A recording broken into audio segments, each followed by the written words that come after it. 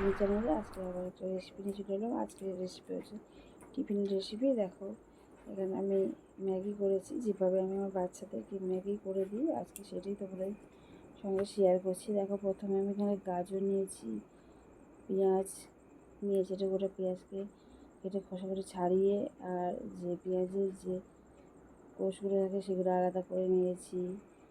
আর এপাশে নিয়েছি কাঁচা লঙ্কা, বিনস কুচিয়ে দিয়েছি, আর ম্যাগি নিয়েছি। দুটো ডিম নিয়েছিলাম, সেটা দেখাইনি, পরে দেখাবো। আর দেখো ম্যাগি এখানে 2 প্যাকেট নিয়েছি। এবার গরম জল বসিয়ে দিয়েছিলাম আর জলে সামান্য লবণ দিয়েছি, দিয়ে ম্যাগিগুলোকে আমি সিদ্ধ করে নেব। খুব বেশি সিদ্ধ করলে হবে না, ওই 60% এটা সিদ্ধ হয়ে গেলে এটাকে তুলে নিতে হবে। নিয়ে একটা ছাঁকনিতে ছেঁকে ঠান্ডা জল দিয়ে ছেঁকে আবার রেখে দিতে হবে। এখানে হয়ে গেছে। এবার এটা কড়া বসিয়ে দিয়েছি, দিয়ে যে সবজিগুলোকে নিয়েছিলাম সেই সবজিগুলোকে ধীরে ধীরে ভেজে নিতে হবে। দেখো প্রথমে একদম গাজরগুলোকে সরু সরু কুচিয়ে রেখেছিলাম, সেগুলোকে এবার ভেজে নেব। খুব বেশি এই সময় গ্যাসের ফ্লেমটাকে বাড়ানোর দরকার নেই। এবার বিনস দিয়ে দিচ্ছি।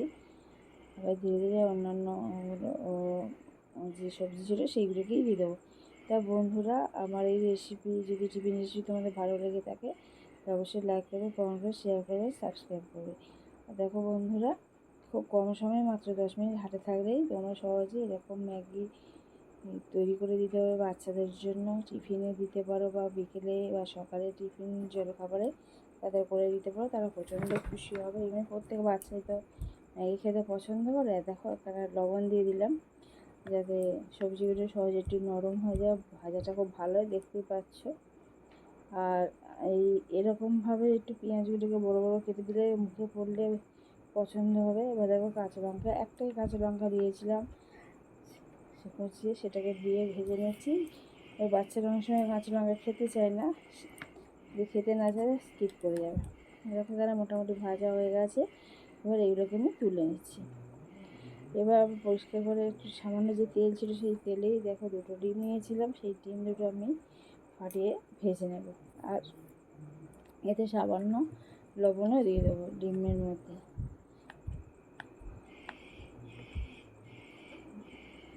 একটু হালকা করে নেড়ে চেড়ে নেব, নিয়ে এটাকে আমি ডিম ভাজাগুলোকে আমি তুলে নেব।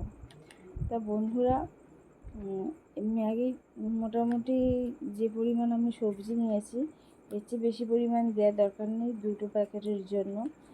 এতে বেশি দিলে সবজিটাই বেশি হয়ে যাবে, আর তখন চাউমিনের পরিমাণটা কম, ভালো লাগবে না খেতে। এখানে ডিমটা ভাজা হয়ে গেল। এবার আমি এই ডিমগুলোকে তুলে নেব।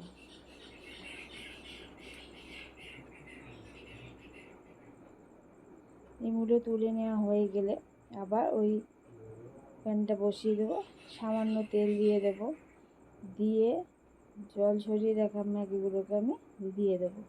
দেখো খুব বেশি তেল দেওয়ারও প্রয়োজন নেই, কারণ বাচ্চাদের যে বেশি তৈলাক্ত খাবার শরীরের পক্ষে ভালো না। দেখো এবার আমি ম্যাগিগুলোকে দিয়ে দিচ্ছি, দিয়ে আমি এগুলোকে নেড়ে চেড়ে নেব। ধীরে ধীরে নাড়তে হবে। আর আমার প্যানটা একটু ছোটোই ছিল, একটা বড়ো প্যান হলে ভালো হতো। যাই হোক, আমি যেহেতু এতে সব কিছু ভেজেছিলাম সেই কারণে এতে একেবারে ম্যাগিটা করে নিয়েছি। দেখতে পাচ্ছ, নাড়াচাড়া করে নিচ্ছি।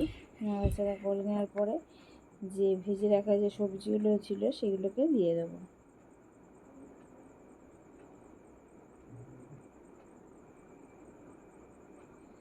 আর ম্যাগিতে সবজি দিলে বাচ্চারা সহজে খেতে চায় না, এমনিতে সবজি ম্যাগিতে দিলে একটু ভালোও লাগবে, তারা খেতে চাইবে ভালো লাগাতে।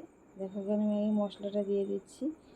1 প্যাকেট ম্যাগির মশলা দিয়ে দিলাম। যে এবার 2 প্যাকেটও দিতে পারো বা তার বেশি, যার মশলা যেমন খেতে ভালো লাগে। তবে আমি পুরো সব দিই না, 2টো প্যাকেট রান্না করলে 1টা প্যাকেট দিই, 1টা প্যাকেট থাকে অন্য কোনো সবজিতে, সেই সময় দিয়ে দিই। দেখো ভেজে রাখা সবজিগুলোকে দিয়ে দিচ্ছি। সবজিগুলো দিয়ে এই ম্যাগির সঙ্গে খুব ভালো করে, আর ডিমটাও দিয়ে দিচ্ছি। ভাজা ডিমগুলোকে দিয়ে খুব ভালোভাবে আমি নেড়ে চেড়ে নেব। বন্ধুরা এরকমভাবে একবার ম্যাগি অবশ্যই বাড়িতে ট্রাই করবে, দেখবে খুবই ভালো লাগবে। আর আমি একটু অন্যভাবেই করি মাঝে মাঝে বাচ্চাদের সবজি খাওয়ানোর জন্য, সেই কারণে একটু অন্যভাবে করেছি, সেটাই শেয়ার করছি।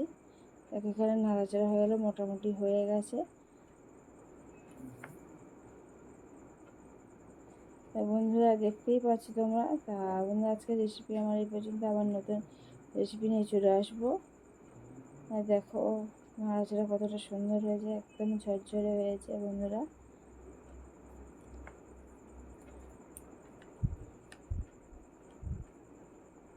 আর সামান্য আমি সস দিয়ে দিচ্ছি, সসটা দেওয়ার পরেও সামান্য দিয়েছি, দিয়ে নাড়াচাড়া করি ম্যাগির মধ্যে একটু মিশিয়ে নেবো। এটা খেতে পারি, এখানে তোমরা সয়া সস দিতে পারো, আমি এখানে টমেটো সস দিয়েছি।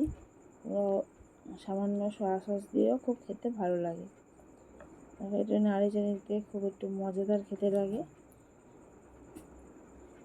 দেখো হয়ে গেছে, এবার আমি গ্যাসটাকে অফ করে দিচ্ছি, দিয়ে এবার নামিয়ে নেব। তাহলে আজকে এই পর্যন্ত, আবার নতুন ভিডিও নিয়ে চলে আসবে। ততক্ষণ ভালো রেখো, সুস্থ থেকো। আর দেখো আমি এটাকে স্যালাডের সঙ্গে আর সসের সঙ্গে পরিবেশন করে দিচ্ছি।